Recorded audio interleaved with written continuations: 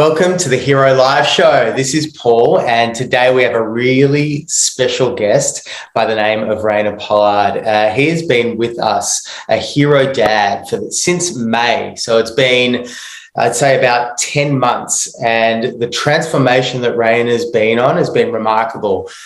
Clear outward transformation, but so much deeper than that. Rainier, welcome. G'day, Paulie. How are we? Yeah, so good, man. So good. And so great to have you on the show, especially considering the circumstances that you and your family are in right now. Yeah, absolutely. We're stuck in a bit of isolation.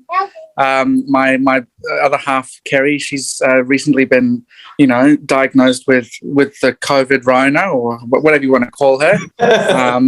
Yeah, she is. She is sick. That was just my daughter Eve. She's wanting to jump in on the interview as well. So.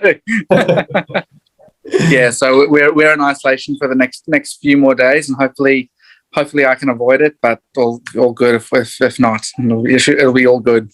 Exactly. But Rainier, I just wanted to congratulate you on everything you've been able to achieve over this last 10-month period. Why don't we start at the beginning and have a little bit of a chat about when you first picked up the phone to call. And we really just had a bit of a chat about where you were at as a dad and what changes you felt you needed to make in your life. Sure. What actually prompted it was I happened to be in a moment where I was flicking through Instagram, and I was just going flick, a bit of a mindless flick actually. And I actually remembered quite perfectly because I was sort of on a lunch break at work, and I was going, I don't have anything to do. And Hero Dads popped up for me, the page, and I was like, oh, that's interesting. I'm feeling a bit about how I was feeling as my body. Sorry, I've just got all the kids coming in at the same time. Oh, that's good. All right. And I was feeling a bit dodgy about how I was feeling physically. I was feeling a bit tough mentally as well. I was feeling a bit drained. It is raining outside. Do you guys want to go hop outside for a second? Cam wants to say hi. Okay. Excellent. Sorry, guys. So I was like, should I do that? Should I not do that? And I went, I'm going to hold off. And then a couple of days later, the Hero Dad thing came up again on my Instagram. I went, oh, this is telling me something. I'm just going to reach out.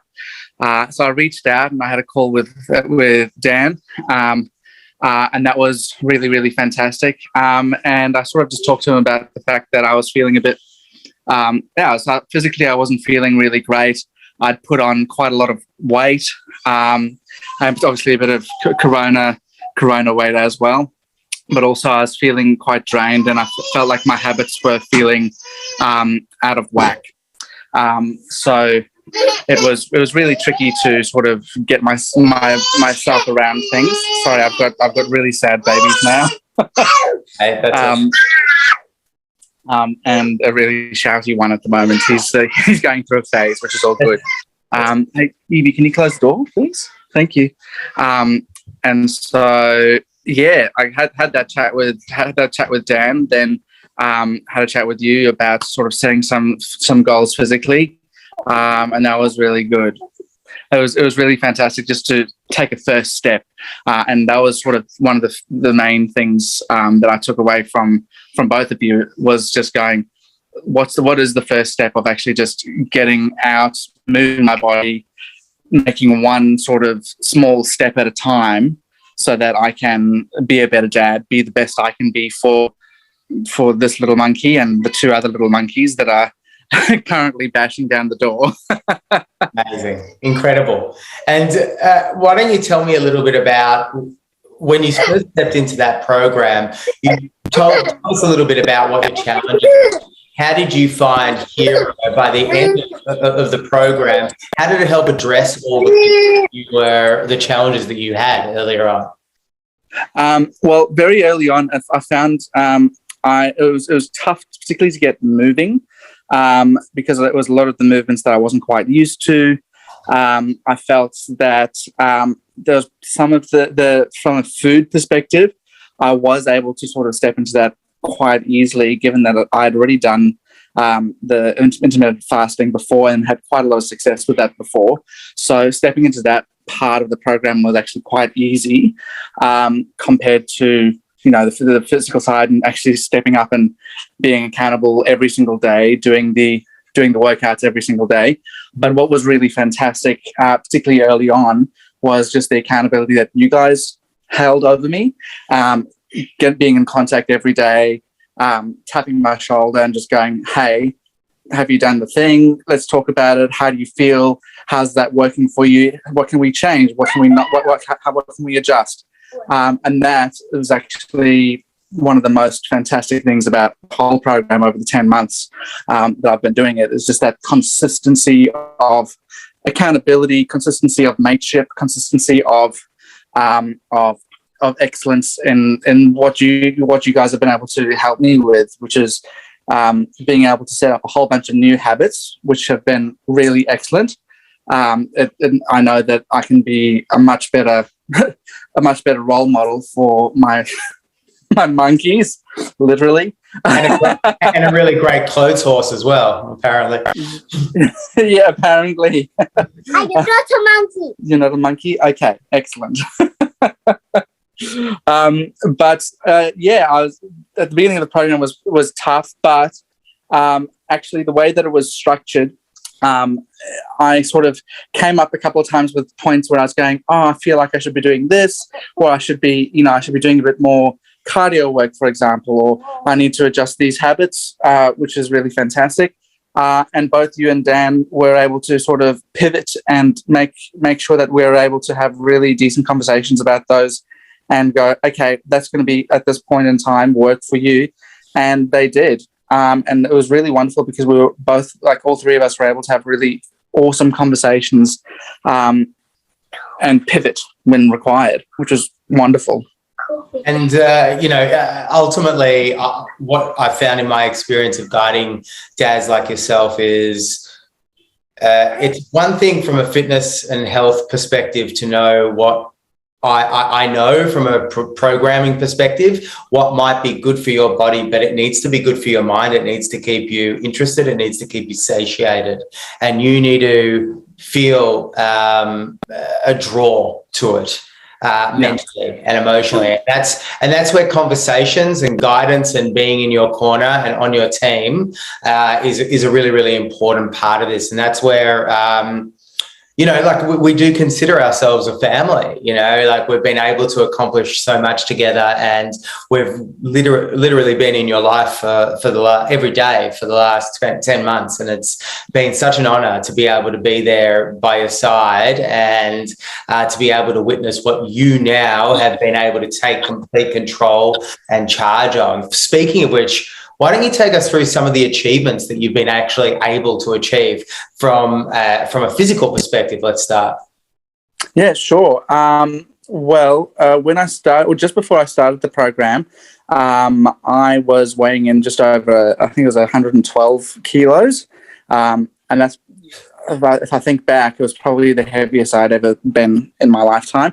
I'm a tall guy, so actually having a bit of extra weight isn't a huge issue, but that was just a bit much, and I was at the point I was feeling quite overwhelmed. I was certainly at my heaviest at that point, which was quite tricky for me, and so that was one of the big reasons why I wanted to call. And luckily, I just put the foot down and said, I need to do this. I need to do the work. And actually, in the end, I've lost 17 kilos. So I got down to, I think it was 95 kilos at the lowest. Obviously, Christmas has happened a little bit, and we're sort of at the back end of that. But what's been really great is I've been, as part of the program, I've been given the confidence to be able to go, right, I know what I need to do to keep myself at a stable weight. Not that I've put on a huge amount since during the Christmas break. I was able to control my portions, my food portions, and actually I got quite a few comments from the family who are quite disgusted that I wasn't eating as much as they were. I'm like, well, I don't need to. But which was a fascinating a sort of fascinating dynamic because I haven't seen them for 2 years. So, Wow. yeah, I felt really great about what happened there, and I've been able to sort of maintain that sort of between 95 and 98. Perfect. 99 kilos, which is really great. And if I do need to, if like I am sort of looking maybe to like sort of get back down to 95 and sort of maintain that for a while. But I know that I've got the confidence to go. I've got things that I can draw from, that I've learned from you, that I've learned from Dan, that I can just get on with it and feel confident that I'm going to have success with that. So that's sort of that part of it. The other sort of from a habits perspective, working with Dan was really wonderful in terms of just sort of picking up one or two little things each week to just go, okay, I'm going to drink 12 cups of water each day. That's going to be a thing that I'm setting myself up for. So that was one of the first things that we did, setting up a nighttime routine and an evening routine. So going to bed, and that was actually probably one of the most useful habits that I've maintained on the most part. I have been on sort of holiday, so I've let myself slip a little bit. But I know that at 9:30 all screens are off and I have to read. Like I force myself to read. But that has been really fantastic in itself because I've never been a reader. Like I spend most of my day reading sheet music because I'm a professional musician.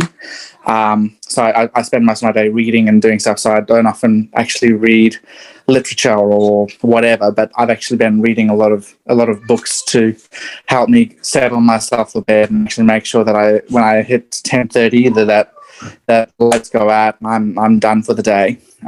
Which also is sort of a contributing factor to the weight loss. So all these things sort of worked hand in hand, which is really spectacular. So that's like the habits, like a set of habits was really fantastic. The other thing, which was probably my sort of crowning glory, I guess, I don't know, crowning glory, but I felt most proud about was it's actually I've been able to reconnect with my running self. And that's been a big part of my journey for the last 10 months, going from someone who wasn't really doing much exercise to someone who's doing regular exercise, but including running as a main part of my life. And actually, one of the sort of mental switches from a habits perspective is going, oh, I like to run, to I am a runner. Like that, it makes me feel great about myself. I know that when I hit the pavement, I feel great, and it means sort of center myself and get back into the best zone for dadding. And so. You make some incredible points here because, and we've talked about this a lot, about stepping into a new identity. It's such an important step in being able to create solid habits. You're not going to be able to follow through on habits consistently unless you truly believe that you are stepping into this new habit. You are now a runner. You're not somebody who simply just likes to, kind of dip your toes in the water of running. I mean, I'm gonna leave you to explain what you were able to accomplish through the act of becoming a runner. But you are, in every sense of the word, a runner. yeah, well, absolutely. And like I said, like my most days I'm thinking about my next run or what I'm going to do on my next run or how it's getting me to the next thing that I want to achieve. So that's actually. I go, okay, well, that's how I feel about music. So if it's something that feels something that's so close to me, like the music that I create, then running is something for me, which is awesome. But triggered it was the first couple of weeks or first month actually of the program. There was the Saturday run sessions, which were like 20 minutes and 25 minutes.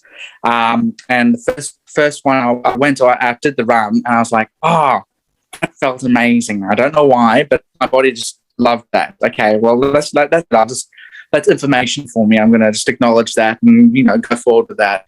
And then the second one I did, and actually did it with my daughter, Eve, who you've seen climbing all over me. She joined me for a little bit, for much of the second run and the third run as well. jumps in a scooter and scoots around. And actually just those moments of being with my daughter in those moments of running and actually enjoying the act of being physically active with her was just priceless, like absolutely priceless. And I go, oh, I love those moments. And I know that I'm being a really good role model for her, but also for my two boys, Cam and George. So that sort of triggered off going, okay, well, I don't know what it is, but I just want to do more of the running thing. And I think I mentioned it to you. And I went, oh, I've always in the back of my head, there's been a goal to run a half marathon. And then that snowballed into us signing up to do the Melbourne Half Marathon and sort of starting some sort of training routine to sort of get us up to completing the half marathon, which was initially cancelled, postponed from October to December, and October 10, we actually ran.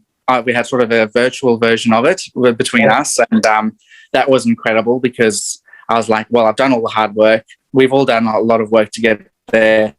Let's just have a crack. And that was great to just sort of have a sort of practice run at the thing. But then on December 12th, I was able to complete the Melbourne Half Marathon, which was a spectacular thing in itself because it was such an event. There was so many people there. I've never sort of been to an event like that. I certainly felt drawn into the whole experience. You get sucked, like that whole opening sort of 6 kilometers was just phenomenal, just being sort of sucked into the crowd. And there was 10,000 people running that race, which was awesome. But just like the first 6Ks, I just remember going, oh, this is awesome running.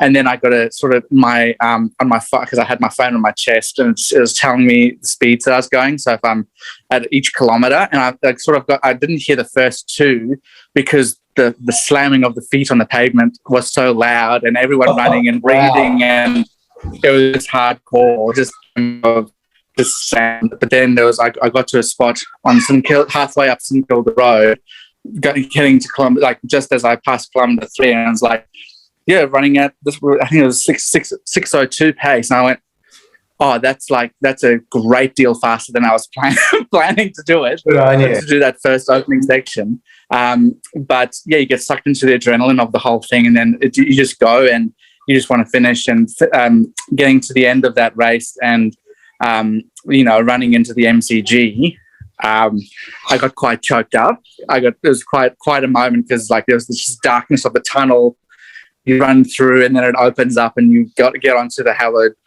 grounds, and you look up, and there's just the sea of people across the other end of the oval, and you just go, okay, great. I want to keep doing that, and that was magnificent in itself.